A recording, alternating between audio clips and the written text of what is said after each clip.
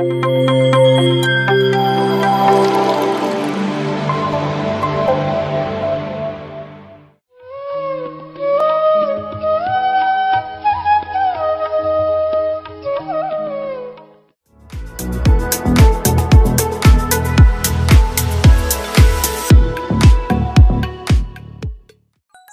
ಬನ್ನಿ ವೀಕ್ಷಕರೇ, ಇವಾಗ ಅವರು ರಾಗಿನಲ್ಲಿ ಎಷ್ಟೊಂದು ರೆಸಿಪೀಸ್ ತೋರಿಸ್ತೀನಿ ಅಂತ ಹೇಳಿದ್ರು. ಸೊ ಮೊದಲಿಗೆ ರಾಗಿ ಹಾಲು ನಮ್ಗೆ ಹೇಳ್ಕೊಟ್ಟಿದ್ದಾರೆ, which can be health drink ಅನ್ನೋ ಥರ. ಮುಂದಿನ ರೆಸಿಪಿ ರಾಗಿ ಯೂಸ್ ಮಾಡಿ ಮಾಡುವಂಥದ್ದು ಏನು ಅಂತ ವೈಷ್ಣವಿ ಅವ್ರ ಹತ್ರ ತಿಳ್ಕೊಳ್ಳೋಣ. ಮುಂದಿನ ರಾಗಿನಲ್ಲೇ ವಿಧ ವಿಧವಾದ ಅಡುಗೆ ತೋರಿಸ್ತೀನಿ ಅಂತ ಹೇಳಿದ್ರಿ. ಸೊ ರಾಗಿ ಹಾಲಾಯಿತು, ಇವಾಗ ಮುಂದಿಂದು ಏನು? ಈಗ ಮುಂದಿಂದು ಎಲ್ಲರಿಗೂ ತುಂಬ ತುಂಬ ಇಷ್ಟ ಆಗುವಂತಹ ರಾಗಿ ಐಸ್ ಕ್ರೀಮ್ ಮಾಡ್ತಾ ಇದ್ದೀನಿ.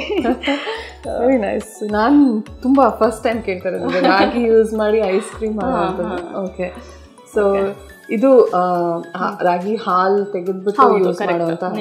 ಓಕೆ, ಸೊ ಇದಕ್ಕೆ ಏನೇನು ಬೇಕಾಗುತ್ತೆ ವೈಷ್ಣವಿ? ರಾಗಿ ಐಸ್ ಕ್ರೀಮಿಗೆ ಬೇಕಾಗಿರುವಂತಹ ಸಾಮಗ್ರಿಗಳು. ರಾಗಿ ಐಸ್ ಕ್ರೀಮ್ಗೆ ಫಸ್ಟು ರಾಗಿ ನೆನೆಸಿಟ್ಟಿರುವಂತಹ ಹಿಂದಿನ ದಿನ ನೆನೆ ಇಟ್ಟಿರುವಂತಹ ರಾಗಿ, ಸೊ ಅರ್ಧ ಬೌಲ್ ಇದ್ರೆ ಸಾಕು. ಓಕೆ, ಸಕ್ಕರೆ, ಇದಕ್ಕೆ ಅನಿವಾರ್ಯ ಸಕ್ಕರೆ ಬಳಸಲೇಬೇಕು. ಸೊ ಹಾಗಾಗಿ ಸಕ್ಕರೆ ತೊಗೊಂಡಿದ್ದೀನಿ. ಇದು ಒಂದು ಸ್ವಲ್ಪ ಕೇಸರಿನ ನಾನು ಹಾಲಲ್ಲಿ ನೆನೆ ಇಟ್ಟಿದ್ದೀನಿ. ಓಕೆ, ಆಮೇಲೆ ಡ್ರೈ ಫ್ರೂಟ್ಸು, ಇದು ಗೋಡಂಬಿ, ಪಿಸ್ತಾ ಇದನ್ನೆಲ್ಲ ನಾನು ಸ್ವಲ್ಪ ಡ್ರೈ ರೋಸ್ಟ್ ಮಾಡಿ ಪೀಸ್ ಮಾಡಿರೋದು. ಮತ್ತು ದ್ರಾಕ್ಷಿ, ಮತ್ತು ಇದು ಬಾಸುಂದಿ ಅಂತೀವಲ್ವ, ಬಾಸುಂದಿ ರಬ್ಡಿ ಅಂತೀವಲ್ವ, ಸೊ ಆ ಥರ ಮಾಡ್ಕೊಂಡಿರೋದು. ಹಾಲು ಮಾತ್ರ ಬರೀ ಕೆನೆ ಇದು. ಓಕೆ, ಸೊ ಕೆನೆ ಮಾತ್ರ ತೆಗೆದಿರೋದು. ಓಕೆ, ಸೊ ಇದಿಷ್ಟು ಬೇಕಾಗಿರುವಂತಹ ಸಾಮಗ್ರಿಗಳು. ಓಕೆ, ಮೊದಲಿಗೆ ನಾವೇನು ಮಾಡಬೇಕಂದ್ರೆ ನೆನೆಸಿಟ್ಟಿರುವಂತಹ ರಾಗಿನ ಚೆನ್ನಾಗಿ ಗ್ರೈಂಡ್ ಮಾಡಿ ಅದ್ರ ಹಾಲನ್ನ ತಕ್ಕೋಬೇಕು. ನಾವು ಆಗಲೇ ಮಾಡ್ಕೊಂಡ್ವಲ್ಲ, ಸೇಮ್ ಅದೇ ರೀತಿನೇ ಅದ್ರ ಹಾಲು ತೆಗೆದ್ಬಿಟ್ಟು ಕುದಿಸ್ಕೋಬೇಕು. ಓಕೆ, ಸೊ ರಾಗಿ ಹಾಲಿಗೆ ಮಾಡೋ ಥರನೇ ನಾವು ನೀರು ಬಳಸ್ಬೋದಾ? ಇಲ್ಲಿ ಕೂಡ ನೀರು ನೀರು ಬಳಸ್ಬೋದು. ಸೊ ಸ್ಟಾರ್ಚ್ ಹಾಕೋಬೋದು. ಸೊ ರಾಗಿ ಹಾಲು ಫಸ್ಟು ರಾಗಿ ಗಂಜಿನ ಮಾಡ್ಕೋಬೇಕು. ಸೊ ಇದು ಸ್ವಲ್ಪ ತಿಕ್ಕಾಗೆ ಮಾಡ್ಕೋಬೇಕು. ಸೊ ಹಾಲು ಮಾಡಿದ ಪ್ರೊಸೀಜರೇ ಸೇಮ್ ಆಗುತ್ತೆ? ಸೇಮು. ಸೊ ಹಾಲು ತೊಗೊಂಡು ನಾವು ರಾಗಿ ನೆನೆಸಿ ಗ್ರೈಂಡ್ ಮಾಡಿ ಅದ್ರ ಹಾಲು ತೊಗೊಂಡು ಗಂಜಿ ಮಾಡ್ಕೋಬೇಕು. ಅದೇ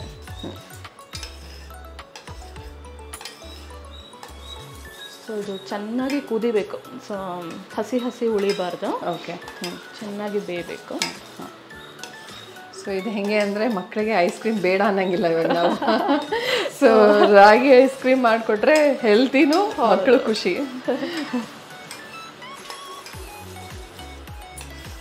ಇವಾಗಿನ ಬೇಸಿಗೆ ಕಾಲಕ್ಕೆ ಬೇಕು ಇಂಥ ರುಚಿಕರವಾದ ರೆಸಿಪೀಸ್ ಬೇಕು. ರುಚಿಯಾಗೂ ಇರುತ್ತೆ, ಹೆಲ್ತ್ಗೂ ಬೆನಿಫಿಟ್ಟು. ಹೌದು.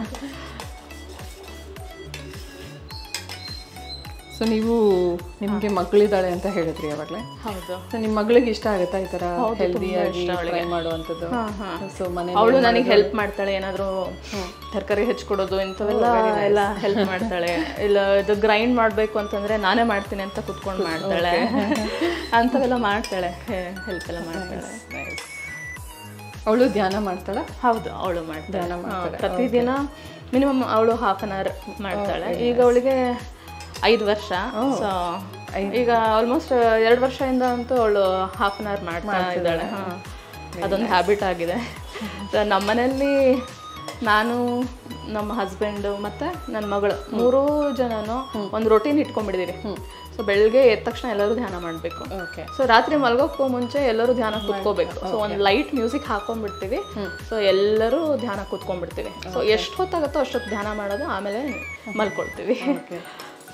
ಸೊ ಅವಳು ನಾನು ಮಾಡಲ್ಲ ಆ ಥರ ಯಾವತ್ತೂ ಅಂದಿಲ್ಲ. ಅವಳ ಎಕ್ಸ್ಪೀರಿಯನ್ಸ್ ಏನಾದರೂ ಶೇರ್ ಮಾಡ್ಕೊಂಡಿದ್ದಾಳೆ? ಸುಮಾರು ಸರಿ ಪತ್ರಿಜಿ ನೋಡಿದೆ ಅಂತ ಹೇಳಿದಾಳೆ ಧ್ಯಾನದಲ್ಲಿ. ಆಮೇಲೆ ಏನೇನೋ ಬೆಳಕು ಕಾಣುತ್ತೆ, ಕಲರ್ಸ್ ಕಾಣುತ್ತೆ, ಈ ಥರ ಎಲ್ಲ ಹೇಳ್ತಾ ಇರ್ತಾಳೆ. ಕೆಲವು ಸರಿ ತುಂಬ ಡೀಪಾಗಿ ಹೋಗಿರ್ತಾಳೆ. ಸೊ 1 ಗಂಟೆನೂ ಕೂತಿರ್ತಾಳೆ, ಅಷ್ಟು ಧ್ಯಾನ ಮಾಡ್ತಾಳೆ. ನಾನು ಎಪ್ಸಕ್ಕೆ ಹೋಗಲ್ಲ, ಅವಳು ಸ್ಕೂಲ್ ಟೈಮಿಂಗ್ಸೇ 11:15 ಇರೋದ್ರಿಂದ. ಸೊ ಹಾಗಾಗಿ ಒಂಥರ ಒಳ್ಳೇದೇ ಆಯಿತು ಅನ್ನೋಂಗೆ.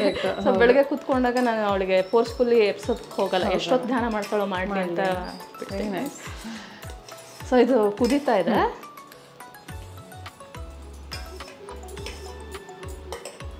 ಇದನ್ನ ಆಫ್ ಮಾಡ್ಬಿಡ್ತೀವಿ. ಅಷ್ಟು ಕುದ್ರೆ ಹಸಿ ವಾಸನೆ ಬಿಟ್ಟಿರುತ್ತೆ ಅಂತ. ಓಕೆ. ಸೊ ಇದು ಚೆನ್ನಾಗಿ ಒಂಥರ ಟ್ರಾನ್ಸ್ಪರೆಂಟ್ ಕಲರ್ ಆದ್ರೆ ಆಯ್ತು. ಓಕೆ. ಸೊ ರಾಗಿ ಗಂಜಿ ರೆಡಿ ಆಗಿದೆ. ಇದು ಗಂಜಿ ರೆಡಿ ಮಾಡ್ಕೊಂಡ್ಮೇಲೆ ಈ ಕೆನೆನ ಇದು ಕಂಪ್ಲೀಟ್ ಆಗಿ ಕೂಲ್ ಆಗಬೇಕು. ಹೌದು, ಇದು ಕಂಪ್ಲೀಟ್ ಆಗಿ ಕೂಲ್ ಆಗಿದೆ. ಓಕೆ. ಸೊ ಇದಕ್ಕೆ ರಬ್ಡಿ ಬಾಸುಂದಿನ ಇದಕ್ಕೆ ಮಿಕ್ಸ್ ಮಾಡಿ ಗ್ರೈಂಡ್ ಮಾಡ್ಕೋಬೇಕು. ಓಕೆ. ಮತ್ತೆ ಸಕ್ಕರೆನೂ ಹಾಕಿ ಪೂರ್ತಿ ಗ್ರೈಂಡ್ ಮಾಡ್ಕೋಬೇಕು. ಓಕೆ. ಇದಕ್ಕೆ ಕೆನೆ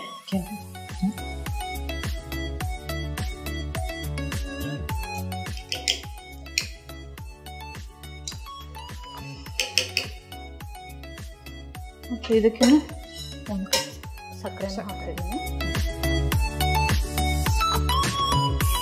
ಇದಿಷ್ಟು ಗ್ರೈಂಡ್ ಮಾಡ್ಕೋಬೇಕು. ಓಕೆ.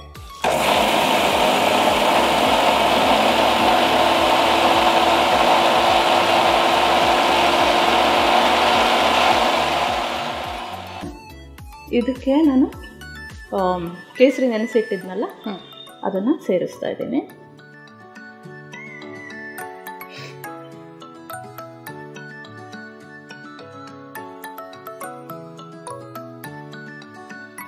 ಸೊ ನಾವೀಗ ಏನು ಐಸ್ ಕ್ರೀಮ್ ಮಾಡ್ತಿದ್ದೀವೋ ಇದಕ್ಕೆ ನಾವು ಮಾವಿನ ಹಣ್ಣು, ಸ್ಟ್ರಾಬೆರಿ ಈ ಥರ ಯಾವುದು ಫ್ಲೇವರ್ದು ಬೇಕಾದರೂ ನಾವು ಹಣ್ಣನ್ನು ಗ್ರೈಂಡ್ ಮಾಡಿ ಇದಕ್ಕೆ ಮಿಕ್ಸ್ ಮಾಡಿ ಮಾಡಿದ್ರೆ ಸೊ ಅದೇ ಕಲರ್ ಬರುತ್ತೆ. ಮ್ಯಾಂಗೋ ಐಸ್ ಕ್ರೀಮ್ ಅದು ಆಗುತ್ತೆ. ಸೊ ಅದಕ್ಕೆ ಪಲ್ಪ್ಸ್ ಥರ ಬೇಕಂತಂದರೆ ಹಣ್ಣು ಹೆಚ್ಚಿನೂ ಹಾಕ್ಕೊಂಡ್ರೆ ಚೆನ್ನಾಗಾಗುತ್ತೆ. ಸೊ ವೆನಿಲಾ ಬೇಕಂದರೆ ವೆನಿಲಾನ ಆ್ಯಡ್ ಮಾಡ್ಕೋಬೋದು. ಸ್ಟ್ರಾಬೆರಿ ಬೇಕಂದರೆ ಸ್ಟ್ರಾಬೆರಿ ಹಣ್ಣು ಗ್ರೈಂಡ್ ಮಾಡಿ ಹಾಕೋಬೋದು. ಮ್ಯಾಂಗೋ ಸೊ ಯಾವ್ದು ಬೇಕೋ ಅದನ್ನು ಹಾಕೊಂಡು ಆ ಫ್ಲೇವರ್ಗೆ ಮಾಡ್ಕೋಬೋದು. ಸೊ ಇದಾಗಿದೆ. ಇದನ್ನ ನಾನೊಂದು ಬೌಲಿಗೆ ಹಾಕ್ತಾ ಇದ್ದೀನಿ.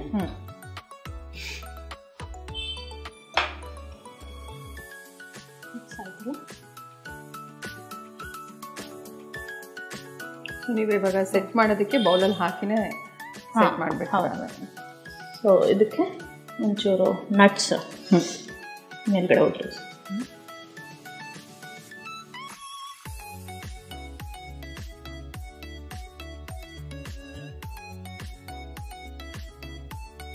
ಐಸ್ ಕ್ರೀಮ್ ಫ್ರೀಸರಲ್ಲಿಟ್ಟು ರೆಡಿ ಆಗಿದೆ. ಈಗ ನೀವು ಟೇಸ್ಟ್ ಮಾಡೋ ಸಮಯ ಬಂದಿದೆ. ಹೇಗಿದೆ ಅಂತ ಹೇಳಿ. Thank you. ಐಸ್ ಕ್ರೀಮ್ ಅಂದ ತಕ್ಷಣ ದೊಡ್ಡವ್ರಿಗೆ ಎಷ್ಟು ಖುಷಿ ಆಗುತ್ತೆ. ಸೊ ಮಕ್ಕಳಿಗೆ ಇನ್ನು ತುಂಬಾ ಖುಷಿ ಆಗುತ್ತೆ ನನಗೆ.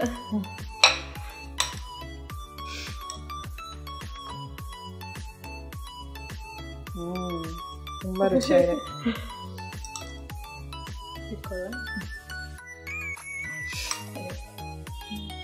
ತುಂಬಾ ರುಚಿಯಾಗಿದೆ ವೈಷ್ಣವಿ ಅವರೇ. ನಾನು ಫಸ್ಟ್ ಟೈಮ್ ರಾಗಿ ಐಸ್ ಕ್ರೀಮ್ನ ಟ್ರೈ ಮಾಡ್ತಾ ಇರೋದು. ಇದು ಅವ್ರು ಮಾಡಿದ್ಮೇಲೆ 1 hour ಫ್ರೀಸರಲ್ಲಿ ಇಟ್ಬಿಟ್ಟು ಸೆಟ್ ಮಾಡಿರೋದು. So it is very tasty. ನಾನು ಹೇಳ್ತಾ ಇದ್ದೀನಿ, ಇವಾಗ ಈ ಎಪಿಸೋಡು ಮಕ್ಕಳಿಗೆ ತುಂಬ ಇಂಟ್ರೆಸ್ಟಿಂಗ್ ಆಗಿರುತ್ತೆ ನನಗೆ. ಆ್ಯಂಡ್ ಇವ್ರು ಮಾಡಬೇಕಾದ್ರೆ ನಾವು ನೋಡಿದ್ವಿ ಇದಕ್ಕೆ ಯಾವುದೇ ಥರ ರಾಸಾಯನಿಕ ಪದಾರ್ಥನ ಯೂಸ್ ಮಾಡಿಲ್ಲ. ಸೊ ಮನೆಯಲ್ಲೇ ಮಾಡಿ ಐಸ್ ಕ್ರೀಮ್ ಮಕ್ಕಳು ಕೊಡ್ಬೋದು. The safe, also healthy and interesting. So ಮನೆಯಲ್ಲೇ ಮಾಡುವಂಥ healthy ice cream, tasty ice cream, ಜೊತೆಗೆ ತುಂಬಾ ಮಕ್ಕಳಿಗೆ ಇಷ್ಟ ಆಗುವಂಥ ಐಟಮ್ ಇದು. ಸೊ ನೀವು ಕೂಡ ಟ್ರೈ ಮಾಡಿ. ಸೊ ಇದಕ್ಕೆ ನೀವು ಯಾವ ಹಣ್ಣು ಬೇಕಾದರೂ ಹಾಕೊಂಡು ಆ ಫ್ಲೇವರಲ್ಲಿ ನೀವು ಐಸ್ ಕ್ರೀಮ್ನ ರೆಡಿ ಮಾಡ್ಕೋಬೋದು. ಓಕೆ. ಸೊ ಅಂದರೆ ಹಾಲು ರೆಡಿ ಮಾಡಿಕೊಂಡು ಅದಕ್ಕೆ ಮ್ಯಾಂಗೋ ಗ್ರೈಂಡ್ ಮಾಡಿ ಹಾಕೋಬೋದು, ಅಥವಾ ಬನಾನಾ ಬೇಕಂದರೆ ಬನಾನಾ ಗ್ರೈಂಡ್ ಮಾಡಿ ಹಾಕೋಬೋದು. ಈಗ ಜಾಕ್ ಫ್ರೂಟ್ ಕೂಡ ನಾವು, ಹಲಸಿನಣ್ಣು ಕೂಡ ನಾವು ಗ್ರೈಂಡ್ ಮಾಡಿ ಹಾಕೊಂಡ್ರೆ ಆ ಫ್ಲೇವರ್ ಬರುತ್ತೆ. ಸೊ ನೀವು ಯಾವ ಫ್ಲೇವರ್ ಬೇಕೋ ನೀವು ಮನೆಯಲ್ಲೇ ಮಾಡ್ಕೋಬೋದು ಐಸ್ ಕ್ರೀಮ್ನ. ಸೊ ಇವಾಗ ಯೂಸ್ ಮಾಡಿರೋದು ಪ್ಯೂರ್ ರಾಗಿ ಫ್ಲೇವರ್ ಇದೆ. ಸೊ ನಮಗೆ ಯಾವ ಫ್ಲೇವರ್ ಬೇಕೋ, ಹಣ್ಣಿನ ಫ್ಲೇವರ್ ಬೇಕು ಅಂದರೆ ಹಣ್ಣನ್ನು ಮಿಕ್ಸ್ ಮಾಡ್ಕೋಬೋದು. ಜೊತೆಗೆ ಮಾಡ್ತಾ ಹೇಳಿದ್ರು ವೆನಿಲಾ ಕೂಡ ಹಾಕೋಬೋದು ಅಂತ. ಸೊ ವೆನಿಲಾ ಐಸ್ ಕ್ರೀಮ್ ಇಷ್ಟಪಡೋವಂಥದ್ದು ವೆನಿಲಾ ಕೂಡ ಮಿಕ್ಸ್ ಮಾಡ್ಕೋಬೋದು. ನೋಡಿದ್ರಲ್ಲ ವೀಕ್ಷಕರೇ, ರಾಗಿ ಯೂಸ್ ಮಾಡಿ 3 ಹೆಲ್ದಿ ರೆಸಿಪೀಸ್ನ ವೈಷ್ಣವಿಯವರು ನಮಗಿರೋದು ತೋರಿಸ್ಕೊಟ್ಟಿದ್ದಾರೆ. ತುಂಬ ಥ್ಯಾಂಕ್ಸ್ ವೈಷ್ಣವಿಯವರೇ. ಸೊ ರಾಗಿ ಹಾಲನ್ನ ಕಲ್ತ್ಕೊಂಡ್ವಿ, ರಾಗಿ ಐಸ್ ಕ್ರೀಮ್ನ ಕಲ್ತ್ಕೊಂಡ್ವಿ, ಜೊತೆಗೆ ರಾಗಿ ಹಾಲು ಬಾಯಿ ಕೂಡ ಕಲ್ತ್ಕೊಂಡ್ವಿ. ರಾಗಿ ಅಂದ ಕೂಡಲೇ ಮುದ್ದೆ ಜ್ಞಾಪಕ ಬರುತ್ತೆ, ಇಲ್ಲ ರೊಟ್ಟಿಗೆ ಜ್ಞಾಪಕ ಬರುತ್ತೆ, ಇಲ್ಲ ದೋಸೆಗೆ ಜ್ಞಾಪಕ ಬರುತ್ತೆ. ಬಟ್ ಈ ಥರ ಬೇರೆ ಬೇರೆ ಇಂಟ್ರೆಸ್ಟಿಂಗ್ ಐಟಮ್ಸ್ ಕೂಡ ಮಾಡ್ಬೋದು. ಆ್ಯಂಡ್ ರಾಗಿ ಎಷ್ಟೊಂದು ಜನ ಸೇವಿಸೋದೇನಕ್ಕೆ ಅಂದರೆ ಅದು ತಂಪು, ದೇಹಕ್ಕೆ ತಂಪು ಅಂತ, ಮತ್ತು ಅದರಿಂದ ವೆಯ್ಟ್ ಲಾಸ್ ಮಾಡ್ಕೋಬೋದು ಅಂತಲೂ ಎಷ್ಟೊಂದು ಜನ ಅದನ್ನು ಸೇವಿಸ್ತಾರೆ. ಬೇಜಾರು, ಮುದ್ದೆ ತಿಂದು ಬೇಜಾರಾಗಿರೋರು ಅಥವಾ ದೋಸೆ ತಿಂದು ಬೇಜಾರಾಗಿರೋರು ದಯವಿಟ್ಟು ಈ ಥರ ರೆಸಿಪೀಸು ಟ್ರೈ ಮಾಡಿ. ಇದು ಕೂಡ ರಾಗಿಯಿಂದನೇ ಮಾಡಿರೋದು, ಅಷ್ಟೇ ಹೆಲ್ದಿ, ಅಷ್ಟೇ ರುಚಿಕರ ಇರುತ್ತೆ.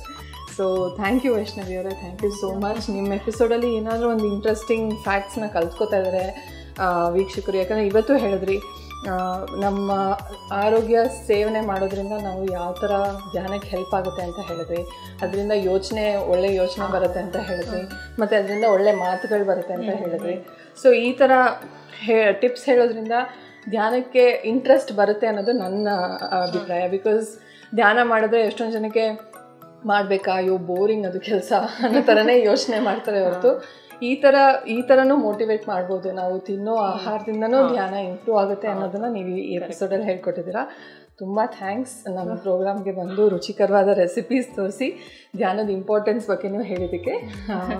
ವೀಕ್ಷಕರೇ, PMC ಕನ್ನಡ ಚಾನಲ್ಗೆ ಸಬ್ಸ್ಕ್ರೈಬ್ ಮಾಡಿ, ರೆಸಿಪೀಸ್ನ ಲೈಕ್ ಮಾಡಿ, ಹಾಗೆ ತುಂಬ ಜನಕ್ಕೆ ಶೇರ್ ಮಾಡಿ. ಇದರಿಂದ ಒಳ್ಳೊಳ್ಳೆ ರೆಸಿಪಿ ಕೂಡ ಕಲ್ತ್ಕೋಬೋದು, ಹಾಗೆ ಧ್ಯಾನದ ಇಂಪಾರ್ಟೆನ್ಸ್ ಕೂಡ ತಿಳ್ಕೊಬೋದು.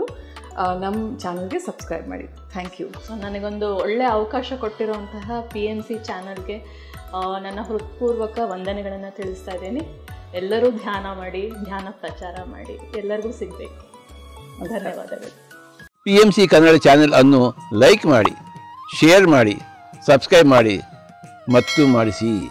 ಎಲ್ಲರಿಗೂ ಧನ್ಯವಾದಗಳು.